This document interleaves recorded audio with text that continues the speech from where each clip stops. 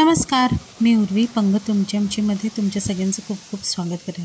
आता दिवाळी जवळ आली आहे, मग दिवाळीच्या फराळाचे पदार्थ तर झालेच पाहिजे। पण त्या पदार्थामधला एक पदार्थ म्हणजे खारी शंकरपाळी। मस्त खुसखुशीत कुरकुरीत अगदी झटकेपट होणारी अशी ही रेसिपी आहे। तर चला वेळ न घालवता आपण रेसिपीला सुरुवात करूया। आता खारी शंकरपाळी बनवण्यासाठी इथे मी वजनी प्रमाणात 1 किलो एवढा मैदा घेतलेला आहे।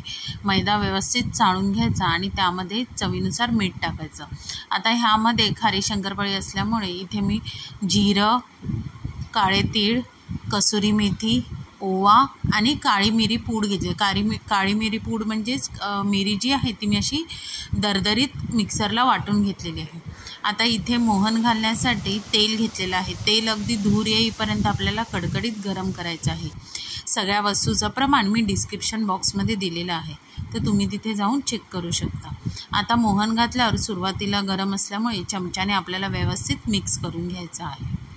आता त्यानंतर हाताला सोसेल म्हणजेच कोमट होईल तोपर्यंत कोमट झालं की आपण पीठ जे आहे मोहन जे आहे ते पिठाला छान असं चोळून घ्यायचं।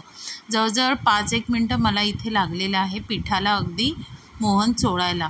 आता व्हिडिओ दाखवल्याप्रमाणे पिठाची मूठ बांधली गेली आणि ती चटकन फोडली की फुटते असं समजायचं की मोहन आपलं व्यवस्थित पिठाला लागलेलं आहे। आता थोडं थोडं पाणी घ्यायचं आणि शंकरपाळीचं जे पीठ आहे ते व्यवस्थित मळून घ्यायचं। आता पीठ मळताना मात्र लक्षात ठेवायचं भसकन पाणी घालायचं नाही, अगदी लागेल असं पाणी इथे वापरायचं आहे। आता इथे जो पिठाचा गोळा आहे तो जास्त घट्टही मळायचा नाही आणि सैलही मळायचा नाही। तुम्हाला मी व्हिडिओत दाखवला आहे ना त्याप्रमाणेच आपल्याला इथे पिठाची जी कन्सिस्टन्सी आहे ती ठेवली पाहिजे। आता हे पीठ जवळजवळ 20-1 मिनटासाठी आपण झाकून ठेवायचं। आता 20 मिनटानंतर पिठाचे आपण समान गोळे करायचे आणि ते आपण आता शंकरपाळीसाठी लाटून घ्यायचे। आता शंकरपाळी खुसखुशीत आणि कुरकुरीत होण्यासाठी इथे लाटण्यालाही एक ट्रिक आहे बरं का। आता इथे जी पोळी जी आहे ती आपल्याला जेवढी जमेल तेवढी पातळ लाटायची, अगदी पातळ लाटायची। त्यामुळे शंकरपाळी कुरकुरीत अगदी शंकरपाळी संपेपर्यंत कुरकुरीत आणि खुसखुशीत राहते। जेवढी जमेल तेवढी पातळ लाटायची आणि पिठाचा वापर करायचा नाही आहे। जसं आपण पीठ मळले आहे ना त्या पिठाच्या ह्याच्यामध्येच आपली जी शंकरपाळीची पोळी आहे ती अगदी इझिली लाटली जाते। आता इथे तुम्हाला जशा आवडतील तशा त्रिकोणी चौकोनी अशा शंकरपाळ्या इथे तुम्ही कट करून घेऊ शकता। आता इथे शंकरपाळी लाटत असतानाच मी साईडला तेलसुद्धा तापत ठेवलेलं आहे। आता अशा प्रकारे मी शंकरपाळ्या सगळ्या लाटून घेतलेल्या आहे। आता इथे तेलसुद्धा छान तापलेलं आहे। इथे आपल्याला तेल अगदी कडकडीत नको आहे। सुरुवातीला गोळा टाकला की तो चटकन वर आला आणि जळला नाही, म्हणजे आपलं तेल जे आहे ते परफेक्ट टेम्परेचरला तापलेलं आहे।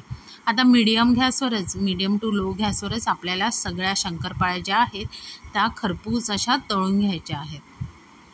इथे गॅस जो आहे तो जरासुद्धा फास्ट करायचा नाही। मीडियम टू लो गॅसवर तळल्यामुळे शंकरपाळ्या ज्या आहेत त्या आतमधून अगदी कुरकुरीत होतात आणि शिजतातसुद्धा। आता इथे बघा मी शंकरपाळ्या तळून घेतलेल्या आहेत। अशाच प्रकारे मी दुसरी बॅचसुद्धा तळून घेतलेली आहे। जर का सुरुवातीला शंकरपाळ्या चिकटत असतील म्हणजे आपल्या तेलात घालताना शंकरपाळ्या जेव्हा चिकटतात तर घाबरण्याची गरज नाही आहे, त्या तेलात गेल्यावर आपोआप मोकळ्या होतात। आता इथे बघा सगळ्या शंकरपाळ्या मी करून घेतल्या। आता तुम्हाला एक शंकरपाळी तोडूनसुद्धा दाखवते, किती कुरकुरीत आणि खुसखुशीत झाली आहे की ना। ही शंकरपाळी अगदी महिनाभरसुद्धा आरामात टिकते, प्रवासातसुद्धा नेता येते। तर नक्की ही माझी रेसिपी तुम्ही ह्या दिवाळीला घरी नक्की ट्राय करा। रेसिपी आवडली तर रेसिपीला लाईक करा, शेअर करा, कमेंट करा। चॅनलवर नवीन असाल तर चॅनलला सबस्क्राईब करा आणि अशाच नवीन रेसिपीसाठी बेल आयकॉनला प्रेस करायला विसरू नका। तोपर्यंत मस्त राहा आणि हो, दिवाळीच्या तुम्हा सर्वांना खूप खूप शुभेच्छा। हॅपी दिवाळी।